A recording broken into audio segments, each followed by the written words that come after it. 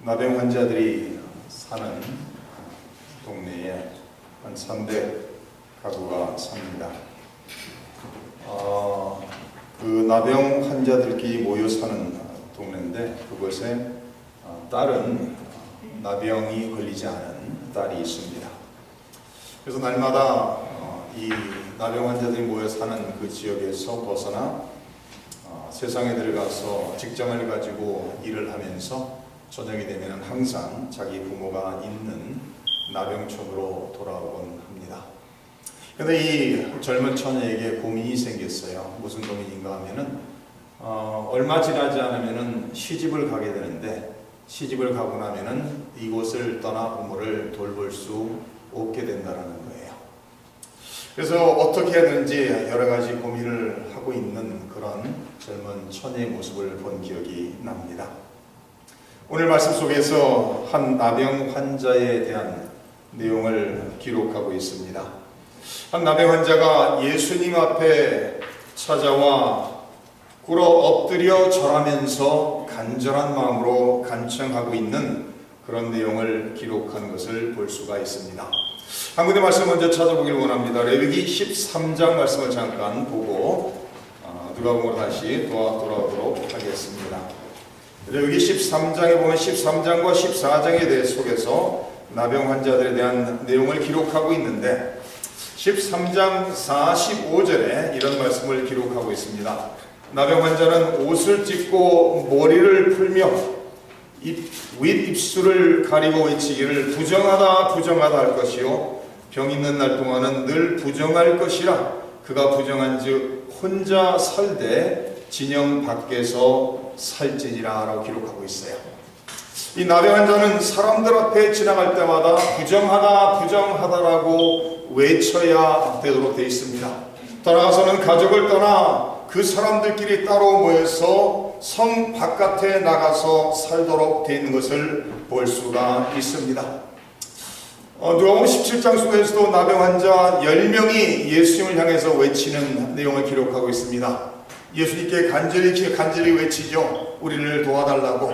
그래서 예수님께서 제사장에게 가서 너의 몸을 보이라고 했을 때 그들이 제사장을 향해 가면서 그들의 몸이 깨끗이 나은 것을 알게 됩니다. 근데 10명 중에서 한 명만 그 깨끗이 나았다는 것을 깨닫게 되고 모든 10명이 알았지만 한 명만 예수님께 돌아와서 예수님께 감사하고 있는 그런 내용을 기록하는 말씀을 볼 수가 있습니다. 다시 말해서 이 나병 환자라는 것은 그 시대적인 상황 속에서도 가장 저주받은 사람이라고 생각했죠. 1세기에도 어쩌면 오늘 시대와 마찬가지로 이 몸에 질병이 있을 때 특히 치유할 수 없는 질병이 있을 때 그것은 하나님께 저주받았다고 생각하는 사람들이 많았던 것을 알 수가 있습니다. 그래서 우리가 잘 아는 요한복음 9장 말씀에 나오는 내용을 기억하시죠? 한 사람이 태어날 때부터 소경으로 태어났을 때 제자들이 예수님께 물어봅니다. 이 사람이 왜 이렇게 태어났습니까? 누구의 죄 때문에 이렇게 태어났습니까? 라는 질문을 하고 있죠. 이 사람이 그 사람 자신의 죄 때문에 이렇게 태어났습니까? 아니면 부모의 죄 때문에 이렇게 태어났습니까? 라는 질문을 던졌을 때 예수님께서 말씀하시죠. 어느 누구의 죄의 문제가 아니라는 거예요. 죄로 인해서 이 사람이 소경으로 태어난 것이 아니라 이 사람을 통해서 하나님의 일을 나타내게 하기 위해서 이 사람을 통해서 하나님께서 영광을 받으시기 위해서 이 사람이 이렇게 태어났다라고 제자들의 그리고 그 시대의 잘못된 생각을 바로잡으시는 예수님의 가르침을 우리가 기억합니다. 그러나 이 나병 환자들을 향해서 소경으로 태어난 것도 죄의 문제라고 죄의 원인이라고 생각했던 그 시대 속에서 나병 환자는 더 말할 것도 없죠. 이 나병 환자라는 것은 겉으로도 그 모습이 그 병이 진행되면서 겉으로도 그 모습이 분명히 나병 환자라는 것이 보여진다는 거예요. 이 나병은 이렇게 시작이 된다고 합니다. 처음에는 서서히 통증으로 시작을 한대요. 이렇게 아픔, 통증을 느끼기 시작을 하면서 좀 시간이 지나면서 무뎌진다는 거예요. 감각이 없어지기 시작한대요. 그러면서 눈썹이 빠지게 되고 이 손가락 마디마디, 발가락 마디마디 하나가 떨어져 나가기 시작한답니다. 그러면서 이 피부들이 이렇게 뭉치기 시작하면서 그게 딱지가 생기면서 얼굴이나 온몸에 그렇게 딱지가 생기면서 겉으로 보아도 이 사람은 나병 환자라는 것을 알 수 있게 된다 합니다. 그러면 마지막에는 이 나병 환자들의 특징은 통증을 전혀 못 느낀대요. 그래서 이 사람들 어디 부딪히고 다쳐도 아프지가 않으니까, 어디가 찢어져도 아프지가 않으니까, 통증을 느끼지 못하니까 그것이 곪고 더 악화되는 그런 현상이 나타난다라고 의학자들은 말하고 있습니다. 오늘 말씀 속에 한 나병 환자가 예수님을 찾아오고 있는 그 말씀을 기록한 것을 볼 수가 있습니다. 5장 12절 말씀에 보면 이렇게 나와 있죠. 예수께서 한 동네에 계실 때에 온몸에 나병 들린 사람이 있어 예수를 보고 엎드려 구하여 이르되 주여 원하시면 나를 깨끗하게 하실 수 있나이다. 이 나병 환자들은 사람들 근처에만 가면 부정하다, 부정하다라고 외쳐야 되는 사람들이에요. 사람 근처에 가까이 갈 수 없는 그런 사람들이라는 것을 레위기에 기록을 하고 있습니다. 그런데 이 사람은 용기를 얻어서 담대히 예수님을 찾아오고 있다는 거예요. 예수님께 찾아와서 겸손한 자세로서 예수님 앞에 꿇어 엎드렸다라고 마가복음에 기록하며, 마태복음 8장에서는 예수 앞에 꿇어 엎드려 절하면서 예수님께 다가왔다라고 기록을 하고 있습니다. 예수님 앞에 나와 꿇어 엎드려 절하면서 간절한 마음으로 간구하는 내용이 무엇이죠? 주여 원하시면 나를 깨끗하게 하실 수 있다는 거예요. 많은 사람들이 나병 환자가 예수님을 향해 다가갈 때 말리게 됐을 것입니다. 많은 사람이 욕하게 됐을 것입니다. 그러나 이 사람은 아랑곳하지 않고 아마 예수님의 기적 베푸시는 능력에 대한 소문을 듣고 나도 예수님께 나가기만 할 수 있다면 이 불치의 병에서 내가 치유를 받을 수 있을 것이다 라는 그런 소망을 가지고, 그런 믿음을 가지고 예수님께 나갔을 것입니다. 근데 이 12절을 다시 보면 이 나병 환자에서 어떻게 기록을 하고 있죠?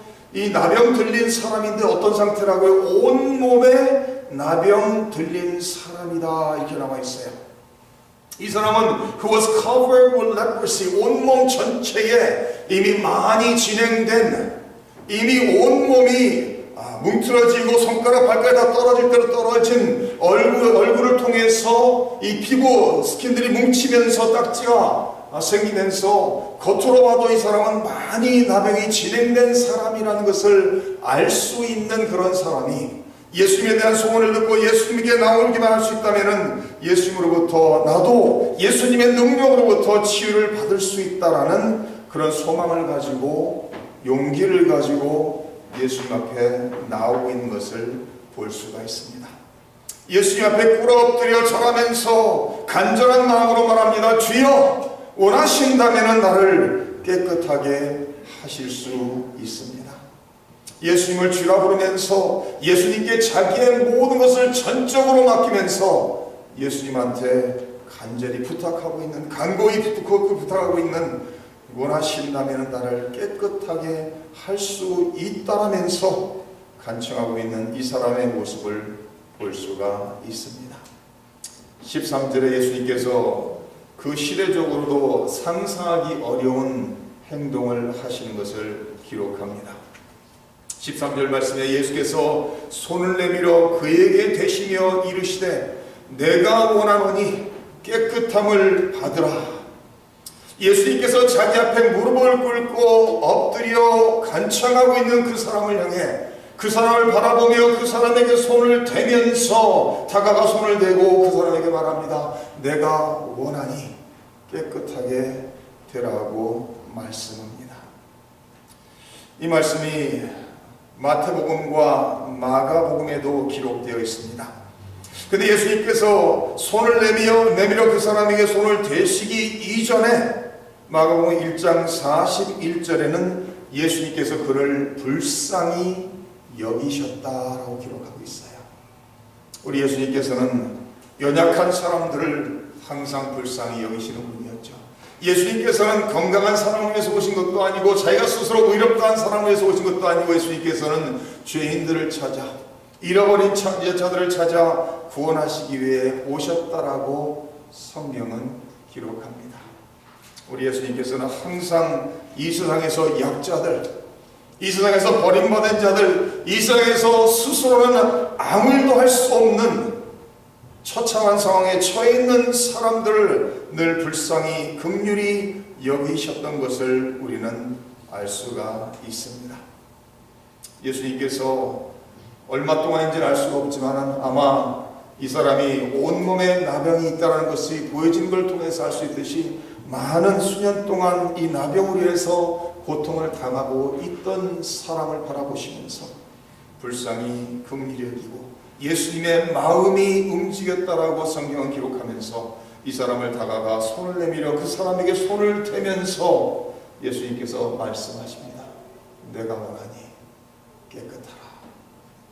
내가 원하니, 이 사람이 간청했던 것처럼 주여 주님이 원하신다면은 나를 깨끗하게 할 수 있다라는 그 간구에 답하면서 예수님께서 내가 원하니까, 내가 원하니 깨끗하라고 말씀을 선포하시며 손을 대시면서 말씀하시는 그런 모습을 우리가 볼 수가 있습니다.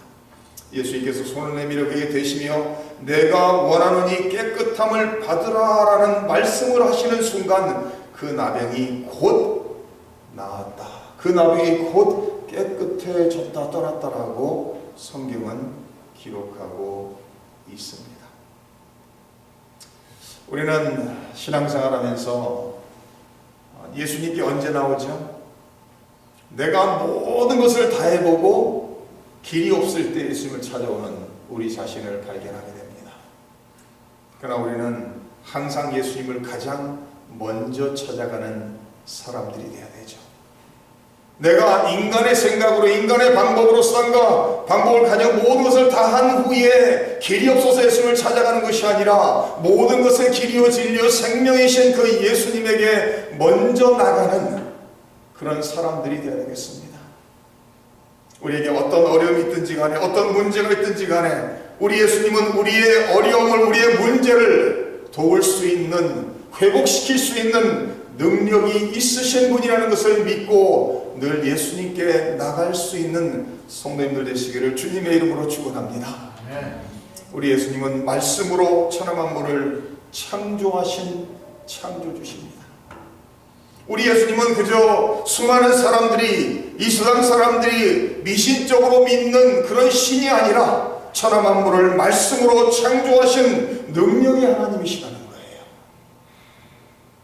천하 만물을 창조하신 능력의 하나님을 구세주로 영접하고 그 하나님의 영이신 성령님을 모시고 살아가는 사람들이 하나님께 나가기보다 자기의 힘을 의지하고 자기의 지혜를 의지하고 살아간다면 그 사람은 분명히 어리석은 사람일 것입니다. 우리 성도님들은 인생을 살아가면서 크고 작은 어려움들이 있을 것입니다. 우리가 살아있다는 그것 자체가 어려움을 겪을 수밖에 없는 그런 처지에 있는지도 모르겠어요. 우리는 항상 모든 상황 속에서 먼저 예수님을 찾아 나갈 수 있는, 그래 예수님의 도움을 받을 수 있는, 예수님의 도우심으로 말미암아 모든 어려움을 믿음으로 극복할 수 있는 그런 믿음의 사람들이 되어야 될 것입니다. 근데 14절 말씀에 예수님께서 이 완전히 깨끗함을 받은 온몸에 나병으로 고생하던 사람을 예수님께서 손을 내밀어 대시며 내가 원하노니 깨끗함을 받으라 했을 때 온몸에서 이제 나병이 떠나며 깨끗해진 이 사람에게 예수님께서 경고하시는 말씀을 기록합니다. 예수께서 그를 경고하시되 아무에게도 이르지 말고 가서 제사장에게 내 몸을 보이고 또 내가 깨끗하게 됨으로 인하여 모세가 명한 대로 예물을 드려 그들에게 입증하라 하시고 있습니다. 예수님께서 이 사람에게 두 가지를 말하고 있죠. 첫째는 소문내지 말라는 거예요. 내가 지금 너를 치유한 이 사실을 돌아다니면서 소문내지 말고 다른 사람에게 말하지 말라. 두 번째는 제사장에게 찾아가서 내 깨끗해진 이 몸을 보이고, 더 나아가서는 모세를 통해 율법을 통해서 기록하고 있는 예물을 그에게 갖다 바치면서 제사장을 통해서 내 몸이 깨끗해졌다는 것을 입증함을 받고, 성 바깥에서 살던 곳에서 이제는 성으로 돌아와 가족과 함께 지낼 수 있도록 제사장을 찾아가라고 말하고 있습니다. 예수님께서 왜 소문내지 말라고 경고했는지 오늘 말씀 속에는 설명이 나와 있지 않아요. 많을 때 오늘 이 시대에 소위 기적을 행할 수 있는 능력이 있는 사람이 있다면은, 자기가 만약에 문둥병 걸린 사람을 손을 대면서 몇 마디 말로 치유했다면은 아마 그 사람은 분명히 많은 사람들이 자기가 한 것을 알아주기를 원할 것입니다. 그렇죠? 그리고 그 사람에게 잘못된 사람들은 돈을 요구할 수도 있고, 또 나가서는 그 사람에게 많은 사람에게 알리라고도 말할 것입니다. 그러면서 돌아다니면서 자기에게 이런 능력이 있다라고 자기가 스스로 외치고 다닐 것입니다. 그런데 우리 예수님께서는 가서 소문내지 말라는 거예요. 우리 예수님께서 세상에 오신 목적은 수많은 사람들의 병을 고치기 위해서 오신 것이 아니라 하나님의 택한 백성들을 구원하시기 위해서 오신 것이죠. 그러니까 병을 치유하는 것도 예수님께서 바로 메시아라는 증명으로서 하시는 그런 모습인 것을 알 수가 있습니다. 이 나병이라는 것은 구약시대에도 가장 저주스러운 병이라고 여겨졌습니다. 구약성경에 보면은 모세의 동생을 비방했던 미디안이 나병에 걸리는 것을 볼 수가 있습니다. 하나님의 종을 향해서 저주했을 때 하나님께서 저주로서 나병에 걸리게 하는 것을 볼 수가 있습니다. 그런데 구약성경에서 이 나병이 치유받았다는 것이 극히 드문 일이죠. 우리가 잘 아는 나만 장군이 나병으로부터 치유받는 것을 기록하는 것을 볼 수가 있습니다. 다시 말해서 이 나병은 사람의 능력으로 의학적으로 치유할 수 있는 것이 아니라 하나님이 치유하실 수 있는, 오직 하나님만 치유하실 수 있었다는 것을 성경은 기록하고 있습니다. 우리 예수님께서는 기적을 베푸는, 사람의 병을 치유하는 사람으로 수많은 사람에게 알려지기를 원치 않는 것이죠. 예수님께서는 하나님 아버지의 일을 하시기 위해서 세상에 오셨고, 하나님의 아버지의 일을 하기 위해서 공생애를 기도하면서 하나님을 의지하면서 사명을 감당하셨던 것을 우리는 알 수가 있습니다. 제사장에 가서 내 몸을 보이고서 합당한 예물을 드리라가죠.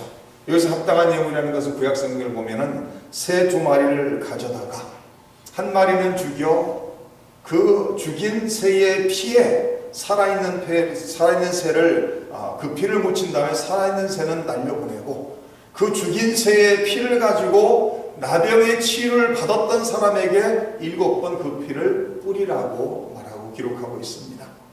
그러면서 제사장을 통해서 이 사람은 더 이상 나병으로부터 이제는 완전히 깨끗함을 받았다라는 선언을 받고 사회로 돌아올 수 있는 그런 과정이 있었다라는 거예요. 예수께서 분명히 말씀하고 있음에도 불구하고 15절에 이렇게 기록하고 있죠. 예수의 소문이 더욱 퍼짐에 수많은 무리가 말씀도 듣고 자기 병도 고침을 받고자 하여 모여왔다라고 기록하고 있습니다. 예수님께서 이 치유를 받은 사람에게 소문내지 말라라고 말씀하셨어요.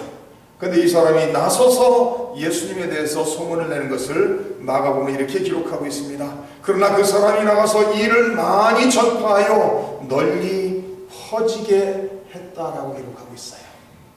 그 사람은 즉시 예수님에 대해서 만나는 사람마다 예수님을 증거했다라는 거예요. 너무나도 많은 사람이 이 사람의 전파를 통해, 증거를 통해 너무 많은 사람이 모이기 시작해서 예수님께서 자유스럽게 돌아다닐 수 없었다라고 마가복음에 기록을 하고 있습니다. 그렇죠. 예수님을 만난 사람은 예수님을 자랑하지 않을 수 없죠. 예수님을 통해서 영생의 선물을 받은 사람들은 예수님을 자랑하지 않을 수 없죠. 우리에게 있어서 가장 좋은 소식이 뭐죠? 우리에게 있어서 우리가 다른 사람에게 전할 수 있는 가장 귀중한 소식이 무엇이죠? 바로 예수님이라는 거예요. 이 세상에 수많은 사람들이 죄악에 물들어 어둠 속에 죽어가고 있습니다. 그 사람들을 향해서 우리가 줄 수 있는 가장 귀한 선물, 가장 좋은 소식은 바로 예수님이라는 거예요. 그런데 이상하게 21세기에는 수많은 기독교인들이 예수님을 부끄러워하는 것 같아요. 그래서 이 예수님 믿는 사람들이 이런 식당이라든지 이런 데를 가면은 기도하는 것도 좀 불편해하는 것을 볼 수가 있습니다. 오늘 이 시대는 21세기가 돼서는 도리어 동성연애자들이 더 자부심을 가지고 자랑스럽게 얘기를 하는 것 같아요. 예수 믿는다는 것이 부끄러워할 것이 아니죠. 예수님에 대해서 우리가 자랑하고 증거하는 것이 부끄러움의 이유가 될 수가 없죠. 우리를 사랑하시고 그 사랑으로 말미암아 우리를 구원하시고 우리에게 영생의 선물을 주신, 우리를 사랑하심으로 우리의 이름을 생명책에 기록하시고 우리와 늘 함께 하시는 그 예수님을 우리는 날마다 자랑하며 증거하며 살아야 될 것입니다. 우리는 이 나병 환자처럼 나병에 걸린 사람들은 아닙니다. 그나마 우리가 영적인 의미에서 생각을 해본다면 우리는 이 나병보다도 더 심한 병에 걸렸던 사람들인 것을 알 수가 있습니다.